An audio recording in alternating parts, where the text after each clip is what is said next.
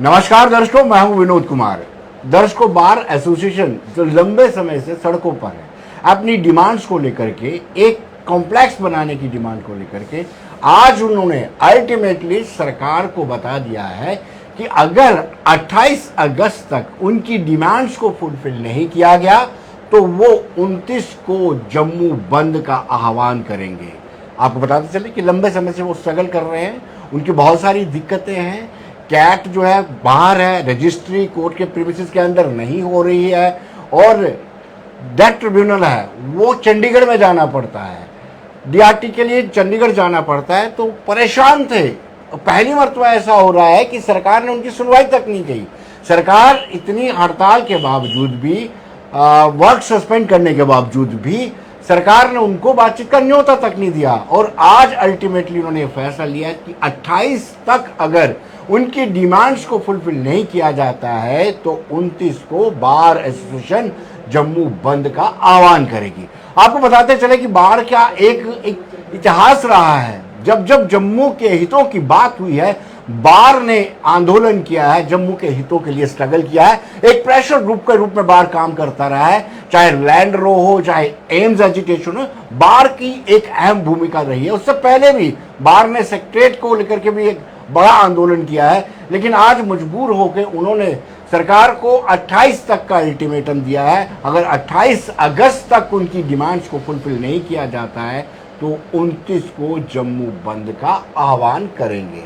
Rajendra Sharma ji Bharatiya Janata party से ताल्लुक रखते हैं और बड़े कॉरपोरेटर हैं जम्मू नगर निगम के। राजेंद्र जी, आपकी सरकार है और आपकी सरकार के कार्यकाल में वकीलों को बड़ी बुरी तरह से बड़ी दिक्कतों का सामना करना पड़ रहा है, और मजबूरी में उन्होंने 28 तक का अल्टीमेटम दे दिया। देखिए, जो उनकी डिमांड्स हैं जी, डिमांड्स तो उनकी जेन्युइन है, इसमें कोई दो राय नहीं है, लेकिन किस काम को कैसे करना है वो तरीका एक जो है वो मायने रखता है जी।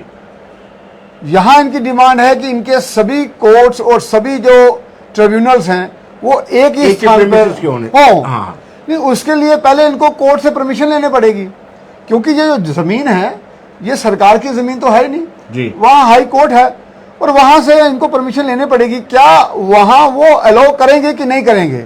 तो मुझे अभी तक जो जानकारी है वो परमिशन इनके पास है नहीं है जी। अगर वो मिलती है तो सरकार को क्या आपत्ति हो सकती है? लेकिन राजेंद्र जी, अटपटा नहीं लगता है कि आपको रजिस्ट्री करवानी है तो आपको जानीपुर जाना पड़ेगा, कोर्ट से दूर।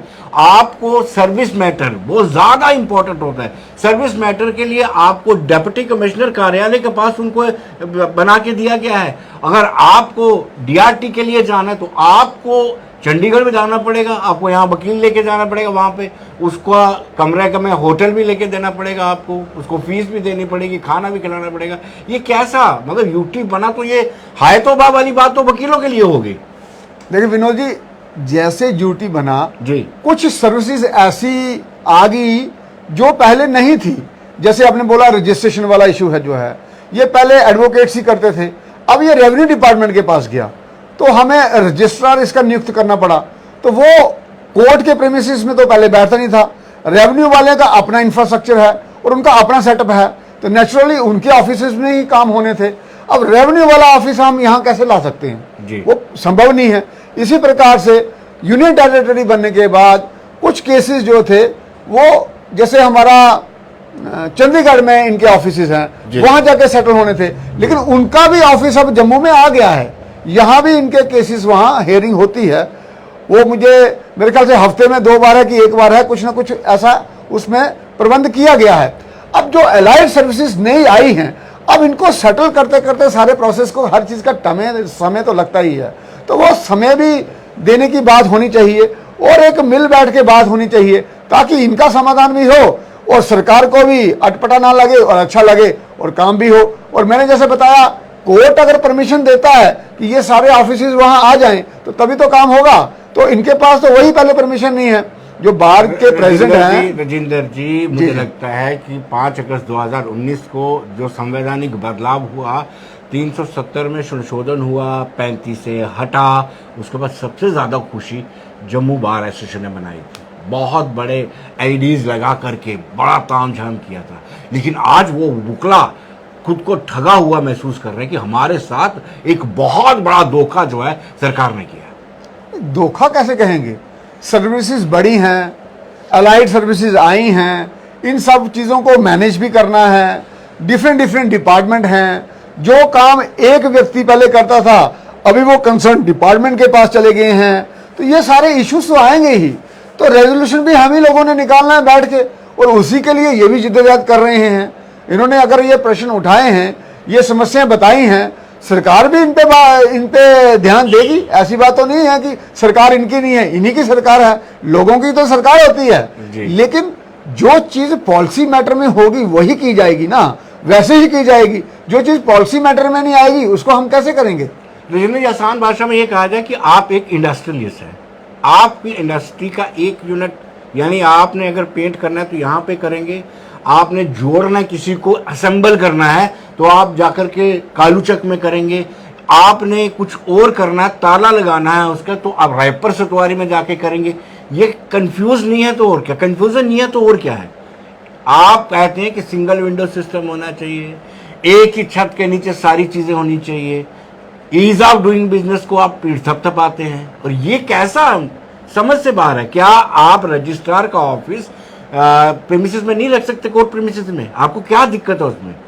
ये बिल्कुल बात सही है कि एडवोकेट्स को ये दिक्कत आ रही है कि डिफरेंट प्लेसेस पे जाके उनको काम करना पड़ता है, उसमें टाइम मैनेजमेंट नहीं हो रहा है, और उनके केसेस जो हैं वो छूटते जा रहे हैं, हेयरिंग में वो प्रॉपर टाइम पे नहीं पहुंच पा रहे हैं। लेकिन मैं आपको ये कह रहा हूं कि वहां ये सब व्यवस्था बनाने के लिए जो कोर्ट है वही तो पहले एनओसी देगी कि हाँ आप यहाँ ये ऑफिस बना लीजिए, और वो है नहीं है।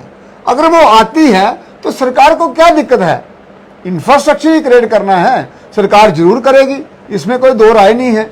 लेकिन जो पहली काम है कि एनओसी वहां से लाना और उनसे वो परमिशन लेना, वो हो तो बाकी काम भी संभव हो सकते हैं। रजिस्ट्रार का आप मिसलीड तो नहीं कर रहे? उनका कहना है कि हम आंदोलन कर रहे हैं, हमारे पास बड़ा चंक है लैंड का, सिर्फ गवर्नमेंट ने एक कॉम्प्लेक्स बना के देना है। कॉम्प्लेक्स कहाँ बना के देना है? उधर अंदर बहुत जगह है। हाँ, तो वो जो जगह है वो जब परमिशन देगा हाई कोर्ट तभी बनेगी ना, ऐसे कैसे बनाएगी सरकार? ऐसे तो कैसे? क्योंकि जिनकी लैंड, अगर किसी जेडीए की लैंड है तो जेडीए पहले एनओसी देती है, हाँ जी आप हमारी लैंड पे ये बना लीजिए। अगर वहां से परमिशन मिलती है तो किसी को कोई आपत्ति थोड़ी हो सकती है। लेकिन राजेंद्र जी, बार का एक बड़ा रोल रहा है, बार ने भारतीय जनता पार्टी को बड़ा सपोर्ट किया है, वक्तन वक्तन भारतीय जनता पार्टी के आंदोलन को बार एसोसिएशन जम्मू ने पूरा सपोर्ट किया है। लेकिन आज वो खुद को ऐसे ठगा हुआ महसूस कर रहे हैं कि मौजूदा सरकार उनकी सुनवाई नहीं कर रही है, एलजी ऑफिस से कोई उनके साथ कम्युनिकेशन नहीं हो रहा है, वो अपने आप को ठगा हुआ महसूस कर रहे हैं। मौजूदा सरकार भी उनके साथ हैं, एलजी साहब भी उनके साथ हैं, इन्हीं की ये सरकार है, किसी बाहर के व्यक्तियों की ये सरकार नहीं है। लेकिन जैसे मैंने आपको कहा, कोई भी काम करने से पहले हमें संबंधित व्यक्तियों के साथ मिल बैठ के बात करनी चाहिए, और जो प्रॉपर प्रोसीजर है उसको फॉलो करना चाहिए। उसके बाद में तो चीज़ें निकलेंगी। जब अगर हाई कोर्ट ये कहता है हाँ जी यहाँ आप बना लीजिए, जबकि जो सुनने में ये भी है कि दूसरी जगह कुछ प्रावधान बन रहे हैं, अगर वैसे नहीं होता है तो यहाँ भी बन सकता है। लेकिन पहले एनओसी तो आए। मुझे पता है कि वो एनओसी नहीं है, अभी वहां से परमिशन नहीं है। जब परमिशन ही नहीं है तो बाकी वाले काम कैसे होंगे? राजेंद्र जी, वकील सड़कों पर हैं, अच्छा लगता है आपको? बिल्कुल नहीं अच्छा लगता है। वकील हमारे भाई हैं, बड़े हैं, उनके काम होने चाहिए, और भारतीय जनता पार्टी भी उनके साथ में है। भारतीय जनता पार्टी ने हमेशा जम्मू के लोगों को साथ दिया है, और उनके भी साथ है। साथ नहीं दे रहे आज आप देखो, ये पॉलिसी मैटर है, ये पॉलिसी मैटर है। अगर कोई जिसकी लैंड है वो परमिशन नहीं देता है तो आप इंट्रूड नहीं करेंगे जी। आप इंट्रूड कैसे कर सकते हैं जी। अगर वहां से परमिशन मिलती है, वहां से हरी झंडी मिलती है, तो किसी को क्या आपत्ति हो सकती है?